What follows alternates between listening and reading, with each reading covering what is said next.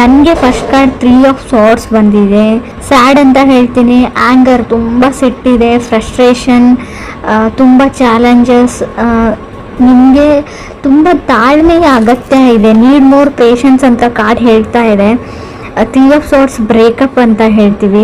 So ಯಾವ ಥರ breakup ಅಂದರೆ, ನಾನು ಸ್ಪೆಷಲಿ 5 ಆಫ್ ಸಾರ್ಟ್ಸ್ ಅಥವಾ 7 ಆಫ್ ಸಾರ್ಟ್ಸ್ ಬಂದಿದ್ರೆ ನಿಮಗೆ ವಿಷಯ ಗೊತ್ತಾಗಿರುತ್ತೆ ಅವ್ರು ಮೋಸ್ಕರ ಅಂತ ಬ್ರೇಕಪ್ ಮಾಡ್ಕೊಂಡಿದ್ದೀರಾ ಅಂತ ಹೇಳ್ಬೋದು. 3 ಆಫ್ ಸಾರ್ಟ್ಸ್ ಇಲ್ಲದೆ ಇರೋ ವಿಷಯಕ್ಕೆ ಅಥವಾ ಥರ್ಡ್ ಪರ್ಸನ್, ಯಾರೋ ಮೂರನೇ ವ್ಯಕ್ತಿ ನಿಮ್ಮಿಬ್ಬರ ಮಧ್ಯೆ ತಂದಿಡ್ತಾ ಇದ್ದಾರೆ. ಆಲ್ರೆಡಿ ಮ್ಯಾರಿಡ್ ಆಗಿದ್ರೆ ಫ್ಯಾಮಿಲಿ ಮೆಂಬರ್ಸ್, ರಿಲೇಟಿವ್ಸ್, ಅಥವಾ ನಿಮ್ಮ ಮನೆಯಲ್ಲೋ ಅಥವಾ ಅವ್ರ ಮನೆಯಲ್ಲೋ ನೀವಿಬ್ಬರು ಚೆನ್ನಾಗಿರೋದನ್ನ ಅವ್ರಿಗೆ ನೋಡೋಕ್ಕಾಗಲ್ಲ ಅಂತ ಕಾರ್ಡ್ ಕ್ಲಿಯರ್ ಆಗಿ ಹೇಳ್ತಾ ಇದೆ ಅವ್ರಿಗೆ. ನಿಮಗೆ ಬೇರೆಯವ್ರ ಮಾತನ್ನ ಕೇಳೋದನ್ನು ಬಿಟ್ಬಿಡಿ. ನಿಮಗೆ ಆ ವ್ಯಕ್ತಿನ ಕಂಡ್ರೆ ಇಷ್ಟ ಇದೆಯೋ ಇಲ್ವೋ ಅದ್ರ ಬಗ್ಗೆ ಅಷ್ಟೇ ಯೋಚನೆ ಮಾಡಿ ಅಂತ ನಾನು ಹೇಳ್ತೀನಿ. Second card 7 of cups.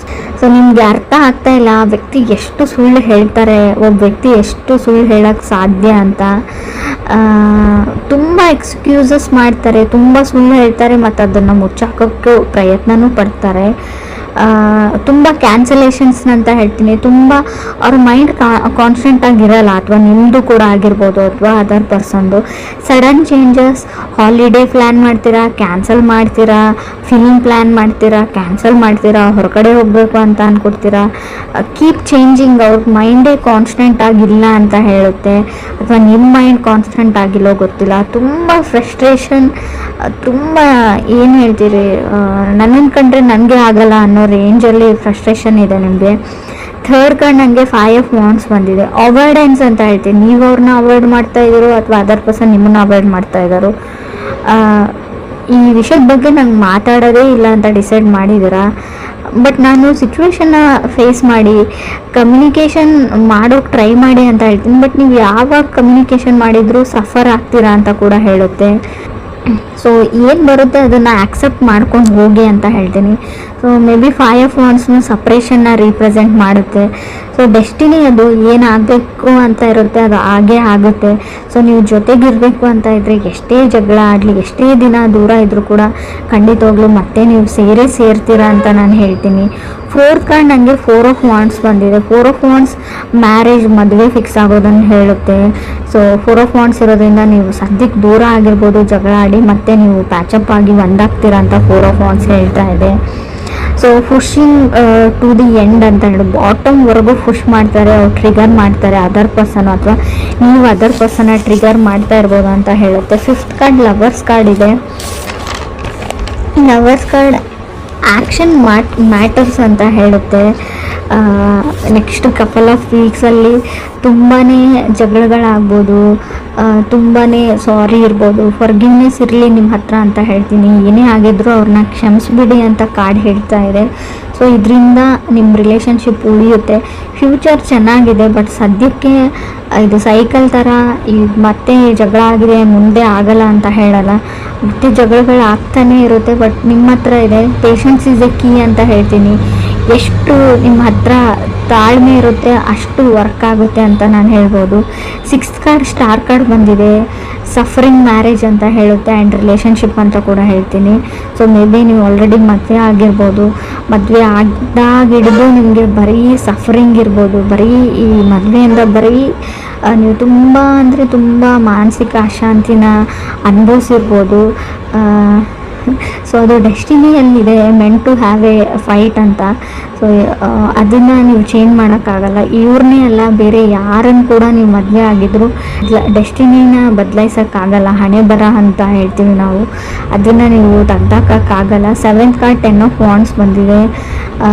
Unload the baggage ಅಂತ ಹೇಳ್ತೀವಿ, ಲ್ಯಾಪ್ಸ್ ಆಫ್ ಜಡ್ಜ್ಮೆಂಟ್ ಅಂತ ಹೇಳ್ತೀವಿ, ಪ್ಲ್ಯಾನ್ ಅಂತ ಹೇಳ್ಬೋದು. ನೀವು ಅದರ್ ಪೀಪಲ್ನ ಸಡನ್ನಾಗಿ ಜಡ್ಜ್ ಮಾಡೋದನ್ನು ಬಿಡಿ ಅಂತ ಹೇಳ್ತಾ ಇದೆ ಕಾರ್ಡು. ಸೊ ನೀವು ತುಂಬ ಬೇಗ ಬೇರೆಯವ್ರ ಬಗ್ಗೆ ನೆಗೆಟಿವ್ ಆಗಿ ಯೋಚನೆ ಮಾಡ್ತಾ ಇರ್ಬೋದು, ನೀವು ಅಥವಾ other person.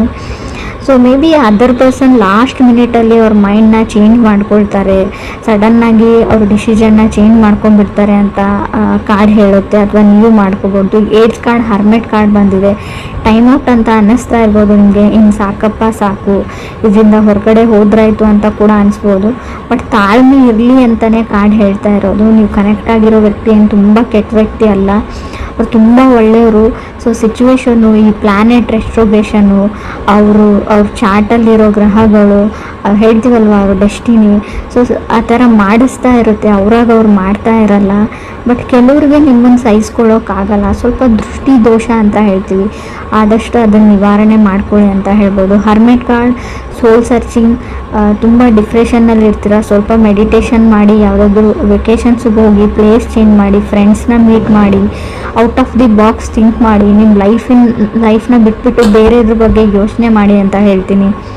9th card 7 of pentacle, patience is the big thing ಅಂತ ಹೇಳುತ್ತೆ ಇಲ್ಲಿ.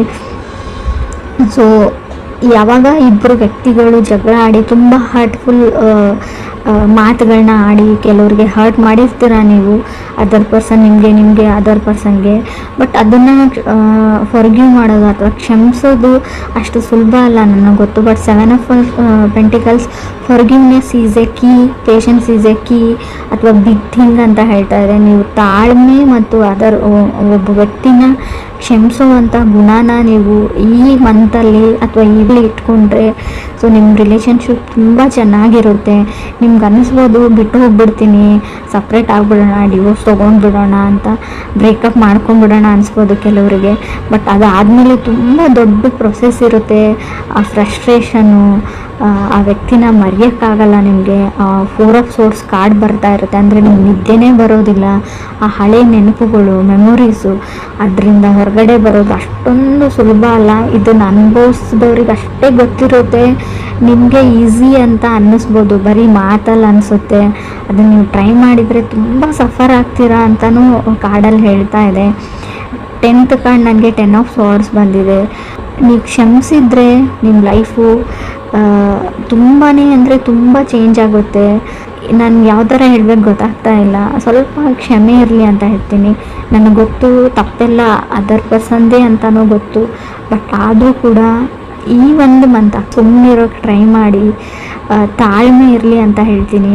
10 ಆಫ್ ಸೋರ್ಡ್ಸ್ ಇರೋದ್ರಿಂದ ತುಂಬ ಜಗಳ, ಫ್ರಸ್ಟ್ರೇಷನ್ ಇಲ್ಲದೆ ಇರೋದನ್ನು ಅವ್ರ ಫ್ಯಾಮಿಲಿ ಮೆಂಬರ್ಸ್ ಹೇಳ್ಬೋದು, ನಿಮ್ಮ ಫ್ಯಾಮಿಲಿ ಮೆಂಬರ್ಸ್ ಹೇಳ್ಬೋದು. ಸೊ ನೀವು ನಂಬಿರೋ ವ್ಯಕ್ತಿನೇ ನಿಮಗೆ ಮೋಸ ಮಾಡ್ಬೋದು, ನೀವು ಮಾಡಿರದೇ ಇರೋದನ್ನು ಮಾಡಿದಿರಿ ಅಂತಲೂ ಹೇಳ್ಬೋದು ಅಂತ ಕಾರ್ಡ್ ಹೇಳುತ್ತೆ. 11th ಕಾರ್ಡ್ ಮೂನ್ ಕಾರ್ಡ್ ಬಂದಿದೆ. ಅಬ್ಸೆಸಿವ್, ಇದು ಇದೇ ಥರನೇ ಮಾಡಬೇಕಾಗಿತ್ತು, ನಾ ಹೇಳಿದ ಥರನೇ ಆಗಬೇಕು ಅನ್ನೋದಿದೆ ನೀವು ಅಥವಾ ಅದರ್ ಪರ್ಸನ್ನು. ಮೇಕಿಂಗ್ ವಾರ್ ಅಂತ ಹೇಳುತ್ತೆ, ಒಂದು ಯುದ್ಧನೇ ಆಗ್ಬೋದು. ಸಮಥಿಂಗ್ ಅಬೌಟ್ ಟು ಚೇಂಜ್ ಅಂತ ಹೇಳುತ್ತೆ ಮೂನ್ ಕಾರ್ಡ್ ಇರೋದ್ರಿಂದ. ಮೂನ್ ಕಾರ್ಡ್ ಅಂದರೆ ಸ್ವಲ್ಪ ಕಣ್ಣೀರು ಹೇಳ್ತೀನಿ, ಹಿಡನ್ ಥಿಂಗ್ಸ್, ಕೆಲವೊಂದು ವಿಷಯಗಳನ್ನ ಅವ್ರು ಸುಳ್ಳು ಹೇಳಿರ್ಬೋದು ಅವ್ರ ಫ್ಯಾಮ್ಲಿದವರು ಅಥವಾ ನಿಮ್ಮ ಫ್ಯಾಮ್ಲಿದವರು. ಇವರ್ ಇನ್ ದಿ ವೇಟಿಂಗ್ ಝೋನ್ ಅಂತ ಕೂಡ ಕಾರ್ಡ್ ಹೇಳ್ತಾ ಇದೆ. ಯಾವುದಕ್ಕೂ ವೇಟ್ ಮಾಡ್ತಾ ಇರ್ಬೋದು ಕೆಲವ್ರದ್ದು.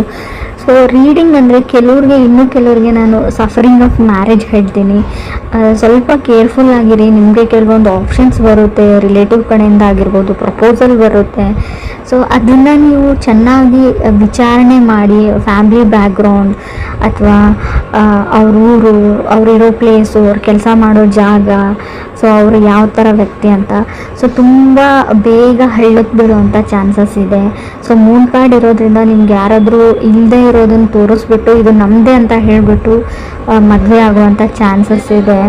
ಸೊ ಬಿ ಕೇರ್ಫುಲ್ ಅಂತ ಹೇಳ್ತೀನಿ. ಹರ್ಮೆಟ್ ಕಾರ್ಡ್ ಇರೋದ್ರಿಂದ ನಾನು ಒಂಟಿ ಆಗಿದ್ದೀನಿ, ನನಗೆ ಯಾರೂ ಇಲ್ಲ, ಲೋನ್ಲಿ ಆಗಿದ್ದೀನಿ ಅಂತ ಕೂಡ ಕೆಲವೊಂದು ಸರ್ತಿ ನಿಮ್ಗೆ ಅನ್ನಿಸ್ಬೋದು. ಸೊ ಆ ಕ್ಷಣಕ್ಕೆ ಯಾವುದೇ ನಿರ್ಧಾರಗಳನ್ನ ನೀವು ತೊಗೊಳ್ಬೇಡಿ. Out of the box think ಮಾಡಿ.